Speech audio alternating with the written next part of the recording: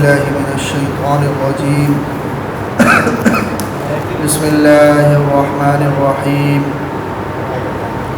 إن في خلق السماوات والأرض واختلاف الليل والنهار والفلك التي تجري في البحر بما ينفع الناس وما أنزل الله من السماء من ماء فأحيا به الأرض بعد موتها وبث فيها من كل دابة وتصريف الرياح والسحاب المسخر بين السماء والأرض لآيات لقوم يعقلون۔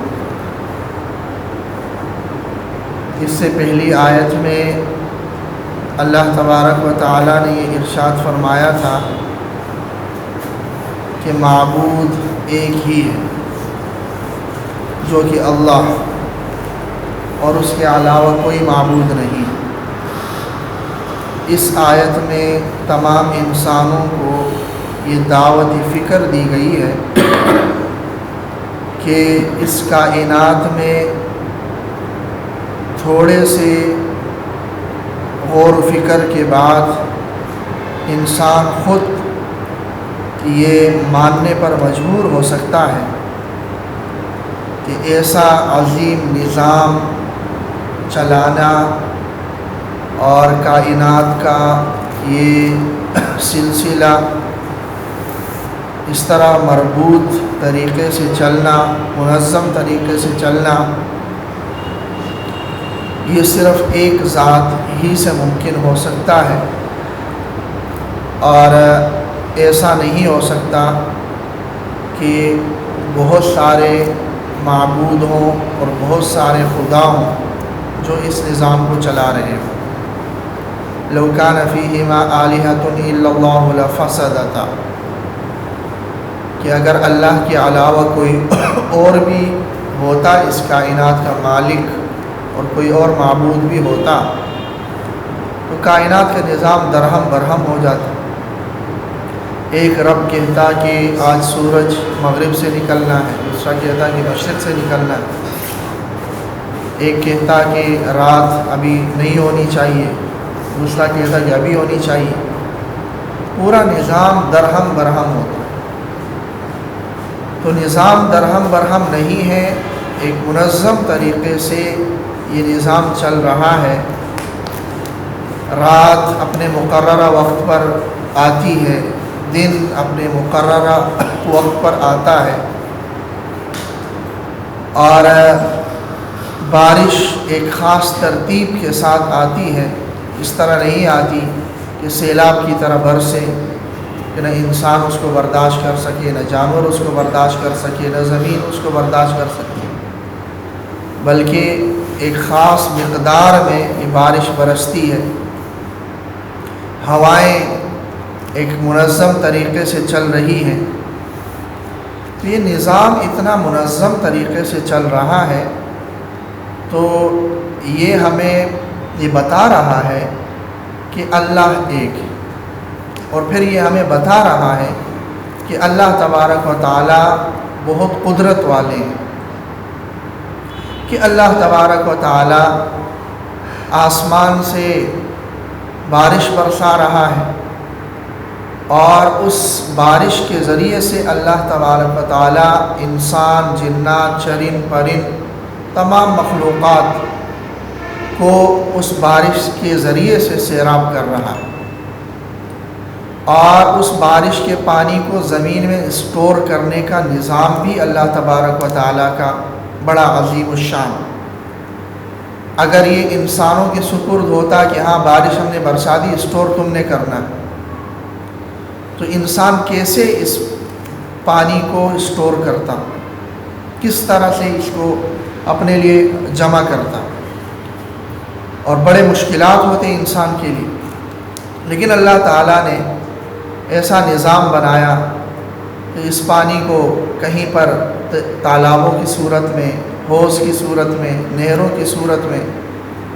اور پھر یہ ہے کہ پہاڑوں کی جو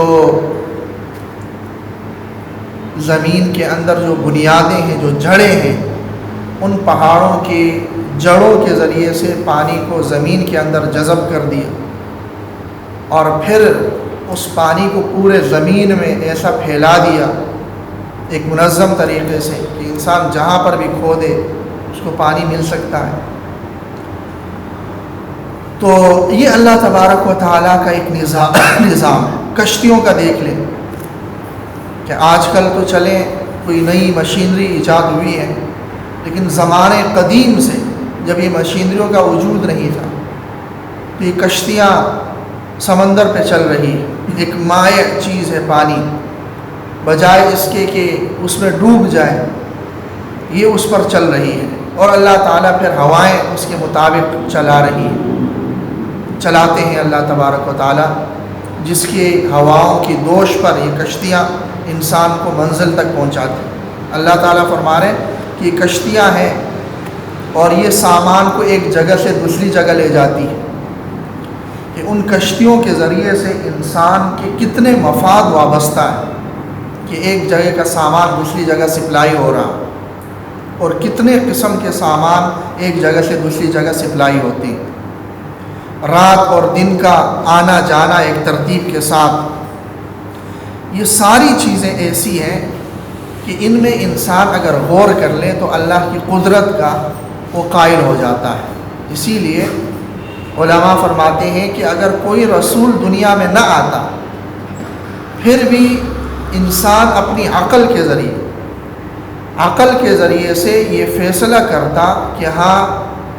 کوئی چلانے والا ہے اس نظام کا، اور وہ ایک سے زیادہ نہیں ہو سکتا، تو توحید کا انسان خود سے قائل ہو جاتا ہے۔ یہ انسان کو چونکہ یہ چیزیں ہر روز اس کے سامنے ہوتی رہتی ہیں تو اس لیے ان چیزوں میں انسان زیادہ غور نہیں کرتا، وگرنہ اگر اس میں غور کر لیں اور عقل کو اس میں لگا لیں تو انسان کے لیے ذرا سے انسان کو وقت نہ لگے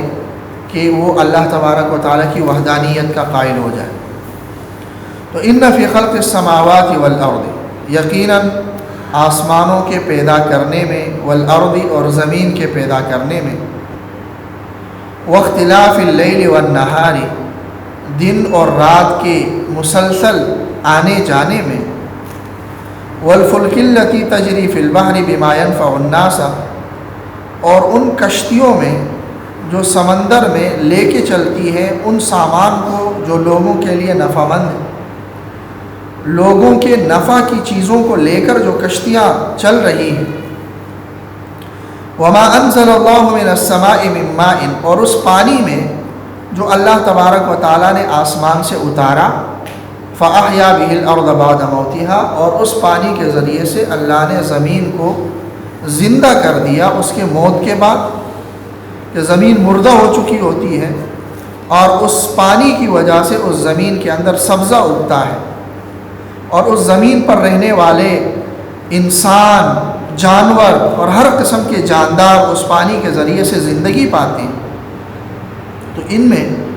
وبث فیہا من کل دابۃ، اور اللہ نے پھیلائے پھر اس زمین میں ہر قسم کے جانور، وتصریف الریاح، اور ہواؤں کے چلنے میں، والسحاب المسخر بین السماء والارض، آسمان اور زمین کے درمیان تابع دار بادلوں میں، لآیات، یہ نشانیاں ہیں، لقوم، ان لوگوں کے لیے، یعقلون، جو عقل رکھتے ہوں، جو محض جانوروں کی طرح ان چیزوں کو نہ دیکھتے ہوں بلکہ اللہ نے عقل سے نوازا ہے تو عقل استعمال کر کے ان چیزوں میں غور کرتے ہوں، فکر کرتے ہوں، اور ان چیزوں میں اللہ تبارک و تعالیٰ کی عظمت کو تلاش کرتے ہوں، طلب کرتے ہوں، تو انسان بڑے آرام سے یہ ماننے پر مجبور ہو سکتا ہے کہ اتنا مربوط اور منظم نظام یہ اللہ تبارک و تعالیٰ کے علاوہ کوئی قائم نہیں کر سکتا۔ تو اس آیت میں سائنسی علوم پڑھنے کی بھی ایک قسم کی ترغیب انسان کو ملتی ہے، کہ انسان جو آج کل ہر گویا کہ ایک چیز کے لیے مختلف قسم کی جامعات میں الگ الگ شعبے قائم کیے گئے ہیں سائنس کے، تو یہ اللہ تبارک و تعالیٰ کی قدرت کا ایک عظیم مظہر ہے کہ ایک ایک چیز جو کائنات کی ہے اس کے لیے ایک مختص شعبے قائم کیے جا چکے ہیں مختلف جامعات میں، اور اس پر تحقیق ہوتی ہے، اس پر ریسرچ ہوتی ہے، اور وہ تحقیق اور ریسرچ ختم نہیں ہو رہی، لیکن تھوڑا سا زاویہ بدلا ہوا ہے کہ انسان وہ تحقیق اور وہ ریسرچ اللہ تبارک و تعالی اور اس کائنات کے محیر العقول نظام کو طلب کرنے کے لیے اور تلاش کرنے کے لیے نہیں کر رہا، بلکہ وہ تحقیق اور ریسرچ ایک محدود پیمانے پر اس غرض اور اس نیت سے کر رہا ہے کہ ہاں میں صرف اتنے سے پڑھ لوں کہ جس کے ذریعے سے میری دنیا کا نظام اور معیشت کا نظام تھوڑا سا بہتر ہو جائے، وگرنہ یہ آیت ہمیں دعوت دے رہی ہے کہ ان چیزوں کے اندر غور کرنا چاہیے، جس کو آج کل کی زبان میں ہم کہہ سکتے ہیں کہ سائنس پڑھنی چاہیے، اور سائنس اس نیت سے پڑھنی چاہیے کہ ہم یہ دیکھ لوں کہ یہ نظام کائنات ہے کیا، یہ نظام کیسے چل رہا ہے، اور یہ نظام وجود میں کیسے آیا، کیسے چل رہا ہے، اس نظام کے چلانے کے لیے کون کون سے عوامل کار فرما ہیں، ان چیزوں کے اندر انسان غور کر لیں، اور تو وہ پھر اس بات میں بھی غور کر لے کہ یہ اللہ نے یہ نظام کس نے پیدا کیا اور کس مقصد کے لیے پیدا کیا، اس کے کیا کیا مقاصد، اس کے کیا کیا فوائد، ان چیزوں کے اندر غور کر لیں تو لآیات لقوم یعقلون، جو عقل رکھنے والے ہیں اس میں ان کے لیے ان لوگوں کے لیے اس میں بڑی نشانیاں ہیں، اور وہ بڑے سہولت کے ساتھ اس کے ذریعے سے اللہ تبارک و تعالیٰ تک پہنچ سکتے ہیں اور اپنے زندگی کے مقصد کو پا سکتے ہیں، اس کائنات کے پیدا کرنے کے مقصد کو ڈھونڈ سکتے ہیں اور اپنی زندگی کے مقصد کو پا سکتے ہیں۔ اللہ تبارک و تعالیٰ عمل کی توفیق۔